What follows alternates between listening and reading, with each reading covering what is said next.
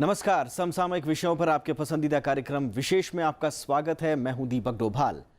कर्ज लेकर पैसा नहीं चुकाने वाले अमीरों के मामले आजकल सुर्खियां बन रहे हैं।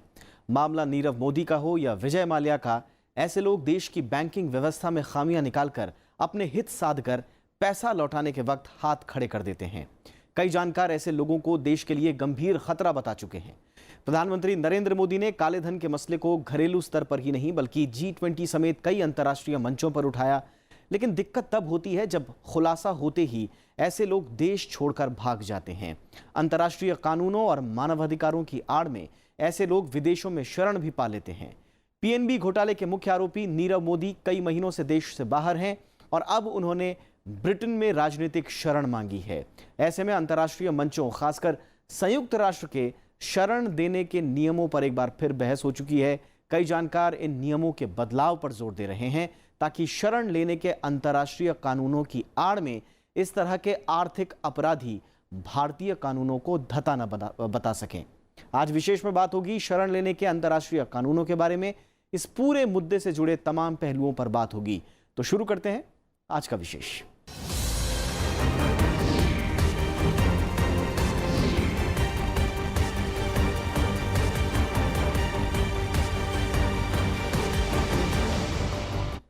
पंजाब नेशनल बैंक के साथ 13,000 करोड़ रुपए की धोखाधड़ी के आरोपी नीरव मोदी ब्रिटेन में हैं।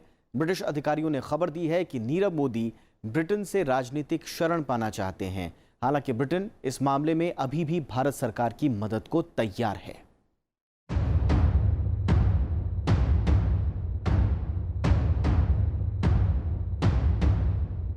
हीरा कारोबारी नीरव मोदी ने पंजाब नेशनल बैंक के साथ 13,000 करोड़ रुपए की धोखाधड़ी की। इसके बाद वो रातों रात देश छोड़कर भाग गया। भारतीय पुलिस को नीरव मोदी की तलाश है। सीबीआई नीरव के खिलाफ इंटरपोल से रेड कॉर्नर नोटिस जारी कराने के लिए सक्रिय है। इस बीच एक अंग्रेजी अखबार ने दावा किया कि वो ब्रिटेन में है, जहां उसकी कंपनी का एक स्टोर भी है। इसके बाद ब्रिटेन के एक मंत्री बैरोनेस विलियम्स ने नीरव के ब्रिटेन में होने की पुष्टि की। नीरव खुद को राजनीतिक उत्पीड़न का शिकार बता रहा है और ब्रिटेन से राजनीतिक शरण पाना चाहता है।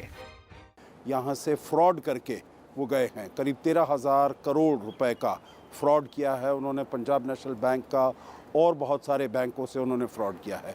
तो ये जब फ्रॉड ओपन में आया तो वो यहाँ से गायब हो गए। हालांकि यहाँ पर भी उनके बहुत ही एलिटिस्ट अप मार्केट शोरूम्स हैं डायमंड ज्वेलरी के, और वहाँ पर से जाकर चाहे कभी हांगकांग, यूरोप और दूसरी जगह पर वो जाते रहे हैं। अब मालूम चला है जो वो यूके में है, लंदन में है। इधर भारतीय एजेंसियां नीरव के प्रत्यार्पण की कोशिशों में जुटी हैं। इस मामले में 25 लोगों के खिलाफ आरोप पत्र भी दायर किया जा चुका है। नीरव मोदी FIR दर्ज होने से पहले ही भाग निकला था। भारतीय एजेंसियों का दावा है कि नीरव अपराधी है और बैंक से धोखाधड़ी के मामलों में उसे भगोड़ा घोषित किया गया है। सरकार ने उनका पासपोर्ट रद्द कर दिया है और केंद्रीय जांच एजेंसियों ने उनके लिए लुकआउट नोटिस जारी कर रखा है। भारत ने कोशिश करी है ब्रिटेन को समझाने की कि जो हमारा एक्स्ट्राडिशन एग्रीमेंट है वो ओरिजिनली तो ब्रिटेन का ही एक्स्ट्राडिशन एग्रीमेंट था, और कॉमनवेल्थ कंट्रीज़ के बीच में तो एक्स्ट्राडिशन एग्रीमेंट जो है वो बहुत ही फेथफुली ऑब्ज़र्व किया जाना चाहिए। तो ऐसे में भारत ने उनको फिर से रिमाइंड कराया है कि जहाँ डुअल क्रिमिनलिटी आ जाता है, कि सबसे बड़ी बात यह है कि डुअल क्रिमिनलिटी है या नहीं है।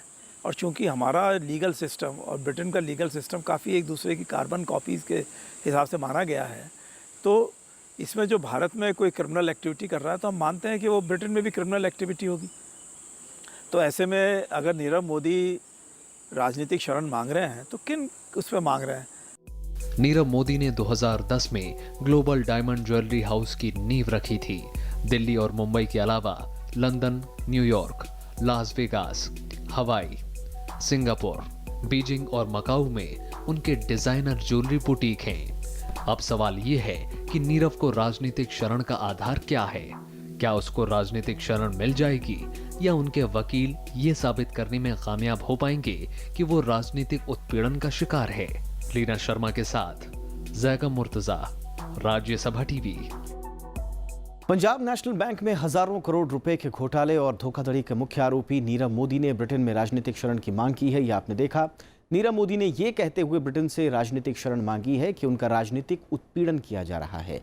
ऐसे में ये जानना जरूरी हो जाता है कि राजनीतिक शरण होती क्या है और किन परिस्थितियों में कोई देश किसी व्यक्ति को राजनीतिक शरण देता है और इसके लिए क्या नियम कायदे हैं। तो आइए जानते हैं राजनीतिक शरण मांगने और देने के नियम। राजनीतिक शरण का मतलब होता है अपने देश से दूर किसी दूसरे देश में रहने के लिए वहां की सरकार की अनुमति मांगना। दरअसल जब किसी व्यक्ति को यह डर सताने लगता है कि अपने देश में उसका उत्पीड़न हो सकता है, तो ऐसी स्थिति में वो किसी दूसरे देश में राजनीतिक शरण यानी रहने की मांग कर सकता है। अगर दूसरा देश ऐसे व्यक्ति को अपने यहाँ रहने की इजाजत दे देता है तो उसे राजनीतिक शरण कहते हैं। कई देशों ने राजनीतिक शरण के लिए अलग अलग नियम और कायदे बनाए हैं। जैसे ब्रिटेन में राजनीतिक शरण की मांग करने वाले को एसाइलम सीकर कहा जाता है और वो तब तक ब्रिटेन में रह सकता है जब तक उसके आवेदन पर कोई निर्णय नहीं हो जाता। वहीं अमेरिका में डिपार्टमेंट ऑफ होमलैंड सिक्योरिटी एक सालाना फ्लो रिपोर्ट प्रकाशित करता है, जिसके अनुसार अमेरिका ऐसे व्यक्तियों को शरण देता है जिस पर मुकदमा चल रहा हो या जिन पर मुकदमा चलाए जाने का पूरा डर हो।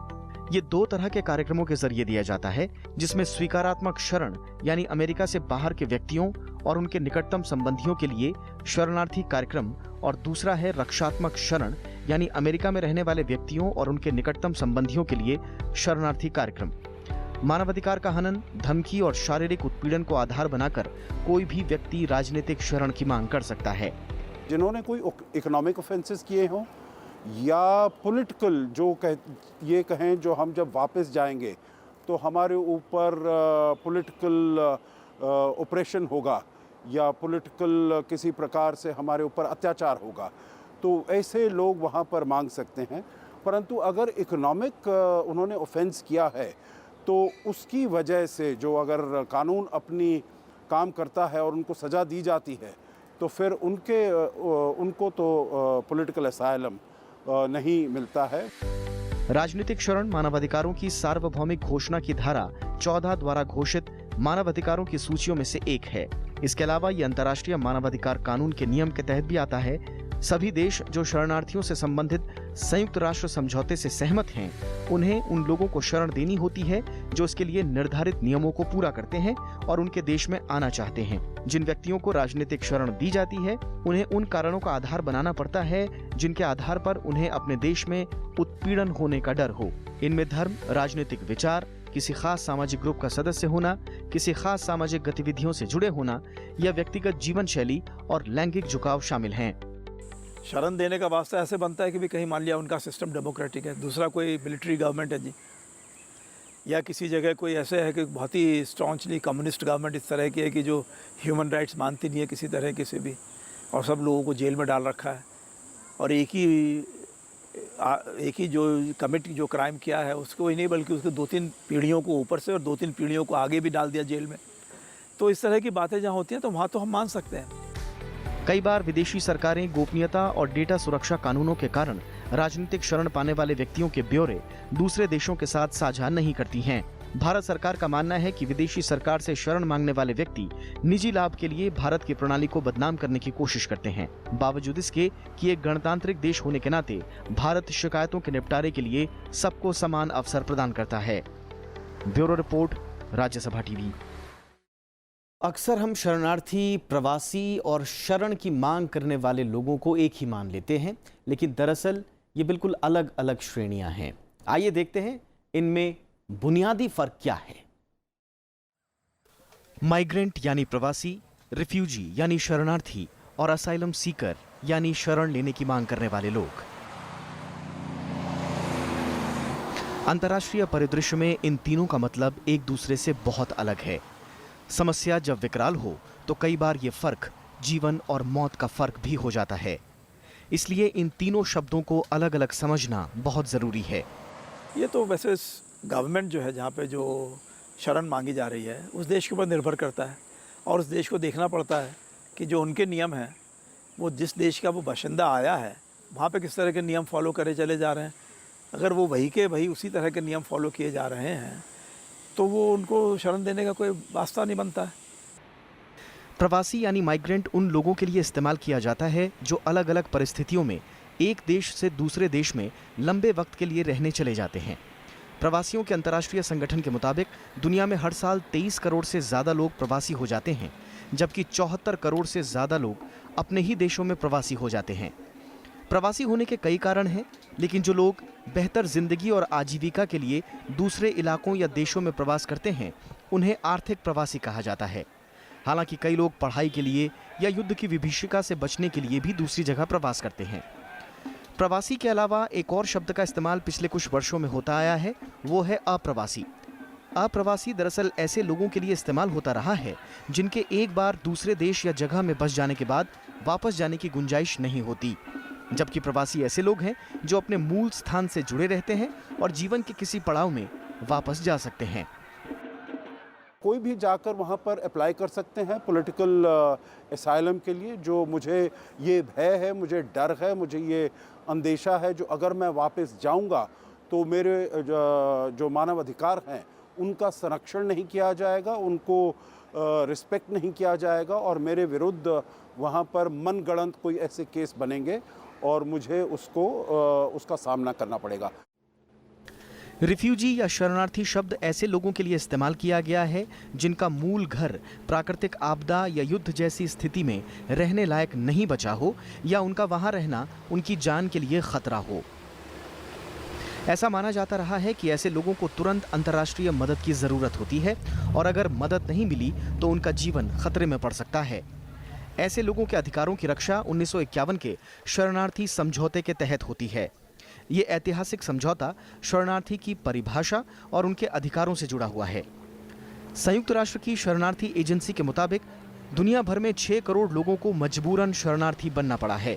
ये शरणार्थी एक देश से दूसरे देश और यहाँ तक कि अपने देश के भीतर भी दूसरी जगहों पर शरण लेने को मजबूर हुए हैं। हाल ही में सीरिया, यमन और पश्चिम एशिया के कई देशों में युद्ध के हालात के बाद लाखों लोग यूरोपीय देशों में शरण लेने पहुंचे, जिसके बाद कई देशों में शरणार्थी संकट गहरा गया था। हमारे पास भी 40,000 रोहिंग्या हैं, तो वो शरणार्थी हैं। और अगर हम देखें तिब्बत से जो भी तिब्बती लोग आए, धर्मशाला में जो रह रहे हैं, दिल्ली में रह रहे हैं, पूरे देश में रह रहे हैं, वो शरणार्थी हैं। और ऐसे आप बांग्लादेश से जब वहाँ पर जुल्म हुआ था 1971 से पहले अत्याचार हुए थे, वो भी यहाँ पर आए थे 10 मिलियन लोग, तो वो भी शरणार्थी थे यहाँ पर ये वाले जो होते हैं ये पॉलिटिकल असाइलम के केस होते हैं। वो वहाँ पर जाते हैं और कहते हैं जो हमारे ऊपर राजनीतिक कारणों से हमारे ऊपर अत्याचार होने का हमें अंदेशा है।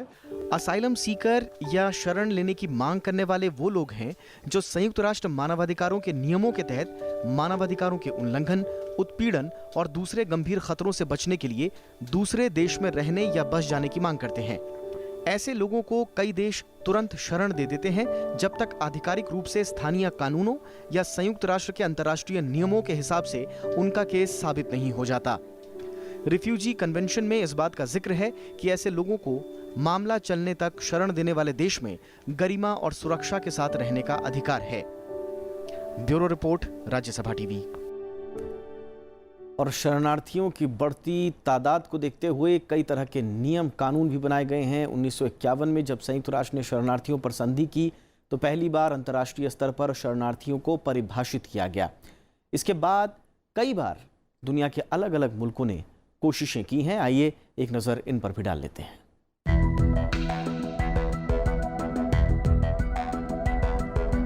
शरणार्थियों से जुड़े मसले दशकों पुराने हैं, लेकिन पहली बार 1948 के सार्वभौमिक मानवाधिकार समझौते के अनुच्छेद 14 के तहत दूसरे देशों में शरण मांगने वाले लोगों के लिए नियम बनाने की कवायद शुरू हुई।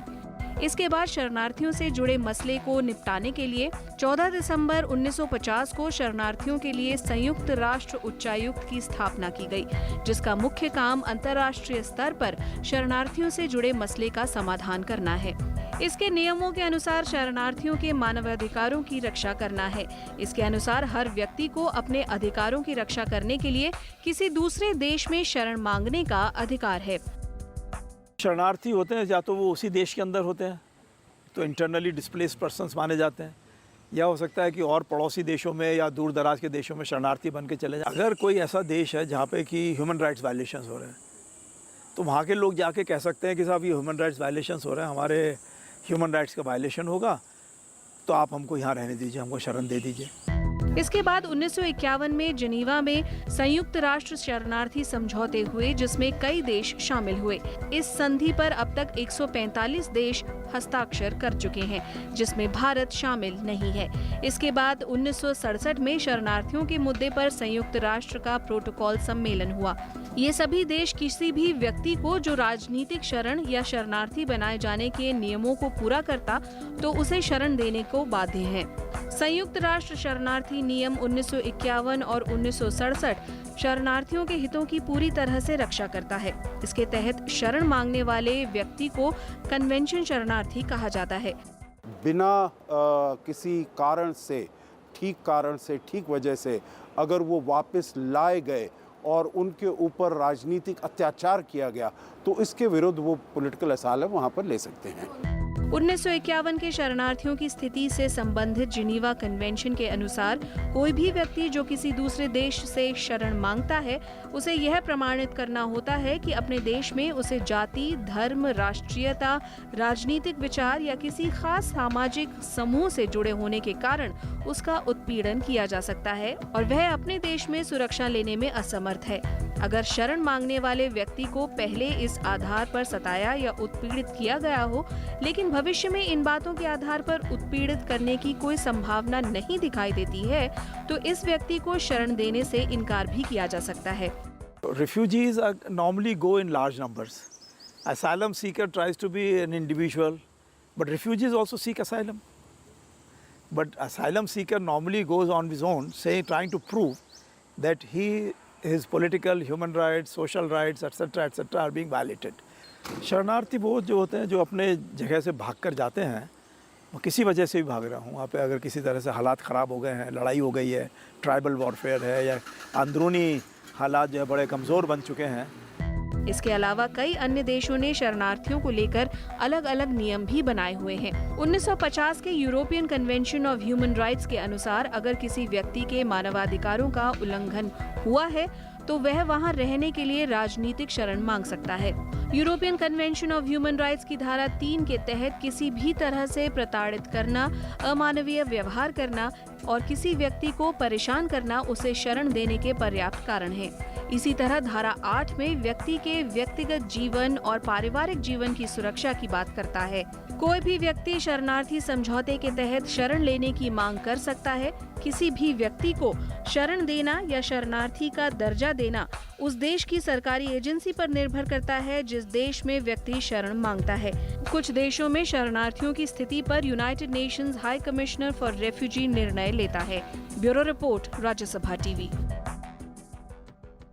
वैसे नीरव मोदी राजनीतिक शरण मांगने वाले कोई पहले भारतीय नहीं हैं। अलग अलग हालात में देश और दुनिया में कई सैकड़ों लोग राजनीतिक शरण मांग चुके हैं और कई हासिल भी कर चुके हैं। इनमें से कई मामले चर्चित भी रहे।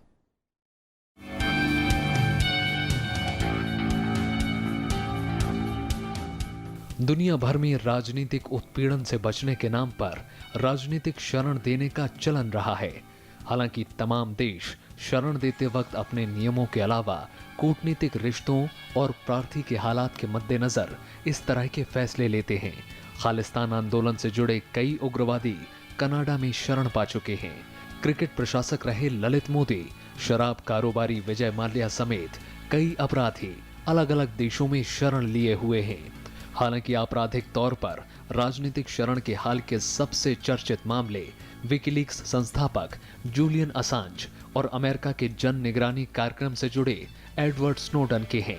भारत और ब्रिटेन के बीच में बात करें तो अभी अभी जो हुए हैं, एक तो विजय माल्या का केस चल रहा है, ललित मोदी का केस चल रहा है, और भी पुराने वाले हैं। राजीव शंकरन का एक केस है जो कि हमने मांगा हुआ है उनसे एक्स्ट्रेडिशन के लिए, और भी 3-4 और ऐसे फ्यूजिटिव्स हैं जो वहाँ पर जाकर उन्होंने पनाह ली है। और हम ब्रिटेन की कोर्ट्स में और सरकार से हम निरंतर उनके संपर्क में हैं जो इनको यहाँ पर एक्स्ट्रेडाइट करके भारत में वापस लाया जाए। 1971 में उत्तरी ऑस्ट्रेलिया में जन्मे जूलियन असांज ने अपनी वेबसाइट विकीलीक्स के जरिए इराक और अफगानिस्तान युद्ध से जुड़े हजारों खुफिया दस्तावेज लीक कर दिए। इसके बाद वे दुनिया भर में मशहूर हो गए, लेकिन अमेरिकी सरकार उनके पीछे पड़ गई। आखिर में 19 जून 2012 को उन्हें लंदन में इक्वाडोर के दूतावास में शरण लेनी पड़ी। लेकिन इससे पहले भी दुनिया के कई मशहूर लोग अलग अलग देशों में राजनीतिक शरण हासिल कर चुके हैं। क्रिमिनल एक्टिविटी इस तरीके से है कि वो एस्टेब्लिश नहीं हुआ था। स्वीडन के कुछ लड़कियों ने उनके ऊपर आरोप लगाया कि इन्होंने जो है उनके साथ सेक्सुअल मिसकंडक्ट किया, तो ये क्रिमिनल एक्टिविटी मानी जाएगी। लेकिन किस तरीके की मानी जाएगी और ब्रिटेन में इस पर क्या कितने समय का इस पर जो है इम्प्रिजनमेंट होगा।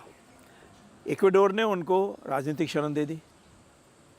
इक्वाडोर वो देश है जिसने बहुत समय पहले, एक हमारे जगजीत सिंह चौहान होते थे, खालिस्तान के वो बात करते थे, उन्होंने उनको भी राजनीतिक शरण भी नहीं दी बल्कि उनको एक डिप्लोमेटिक पासपोर्ट भी दे दिया था।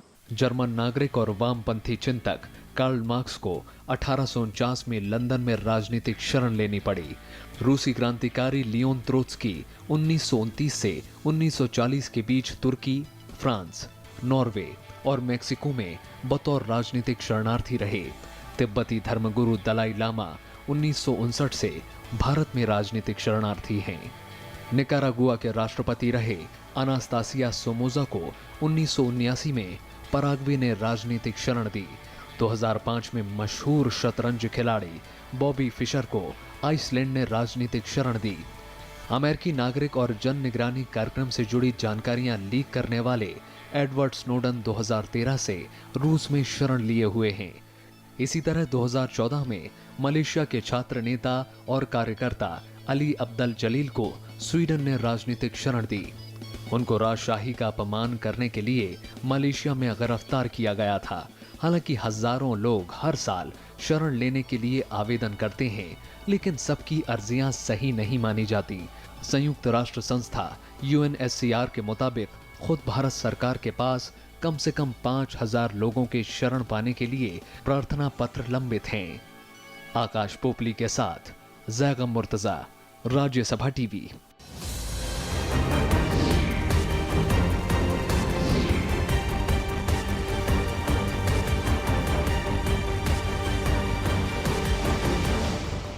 तो ये था आज का विशेष, लेकिन आपको याद दिला दें हमारा ये कार्यक्रम आप YouTube पर भी देख सकते हैं और वहां पर आपकी प्रतिक्रियाओं का हमें हमेशा इंतजार रहता है। नमस्कार।